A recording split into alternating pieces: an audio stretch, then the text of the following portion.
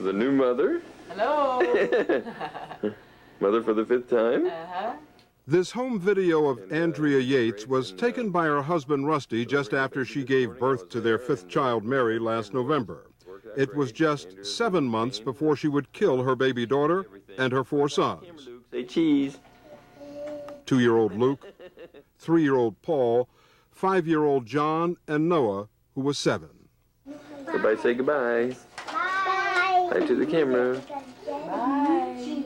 It is hard to comprehend that this 37-year-old woman, a former nurse and high school valedictorian, who has been described by everyone who knew her as a devoted and loving mother, is the same person who is charged with capital murder.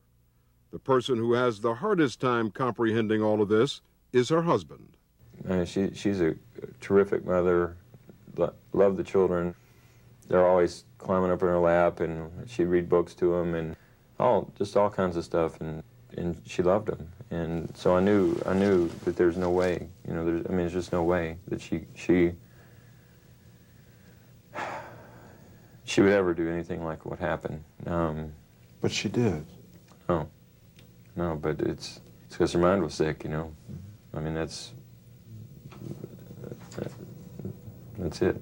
Although there were indications that her mind was sick, Andrea Yates never gave any signs that she intended to harm her children.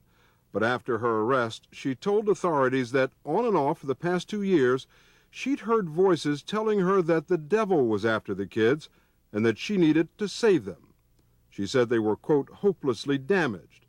And on the morning of June 20th, Andrea Yates waited to act until after her husband left their home to go to his job at NASA's Johnson Space Center in Houston, where he's a civil engineer.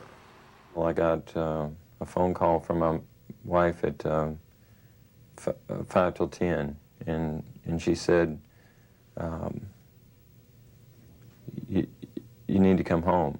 And she sounded really like very stern, very cold. I said, what's wrong, Andrea? And she said, you need to come home. And she hung up. And I was really getting nervous because of her tone. And I called Andrea back at the house, and she picked up the phone. And I said, Andrea, what's wrong? I said, is anyone hurt? And she said, yes. And I said, who? And she said, the kids. And I said, which ones? She said, all of them. And I mean, I was just devastated. According to what she told police, Andrea Yates had filled the family bathtub and methodically drowned her 5 children. Then she dialed 911. By all appearances, the Yates were a normal, happy family until 2 years ago. Soon after the birth of their 4th son, Luke, Andrea began showing signs of depression. Twice in 1999, she tried to kill herself, first from an overdose of sleeping pills, and then, a month later, she took a knife into her bathroom. She had a knife held up to her neck, and it's like she's looking at her neck trying to figure out how to cut herself so that she could successfully kill herself. And I said, give me the knife. And she said, let me do this. And I said, no, give me the knife. She wouldn't do it. She just stood there like this. So I grabbed her arm and pulled it down, and I pried the knife out of her hand. The next day, Andrea Yates was admitted to a psychiatric hospital. She was there almost 3 weeks and diagnosed with postpartum depression with psychosis. About 75% of new mothers experience some form of postpartum depression. It's commonly known as the baby blues and usually fades away in a few weeks. But Andrea Yates fits into a much more severe category that affects less than 1% of women. They may either kill themselves or their children. Andrea Yates seemed to fit that profile perfectly. There's no evidence that she abused her children, but during her hospitalization, she described being stressed trying to raise so many young kids, saying it was a big responsibility. I don't want to fail. According to hospital reports, she said she had recurrent obsessive thoughts and that most of them are over our children and how they'll turn out. She was treated with 2 antidepressants and an injection of the antipsychotic drug Haldol. Her husband, Rusty, says the response was remarkable. Within a day, Andrea went from being completely catatonic to sitting on the couch with me in the visiting area, and we carried on just I referred to it as the best conversation we've ever had. The thing I learned from it is that she needed the right medicine. When I saw her respond to the medicine at that time, I'm like, wow, there's hope. You know, there's hope that Andrea will return. After returning home, Andrea Yates was soon back to the job of being a full-time mom, which she appeared to enjoy. Bringing up the rear is Luke.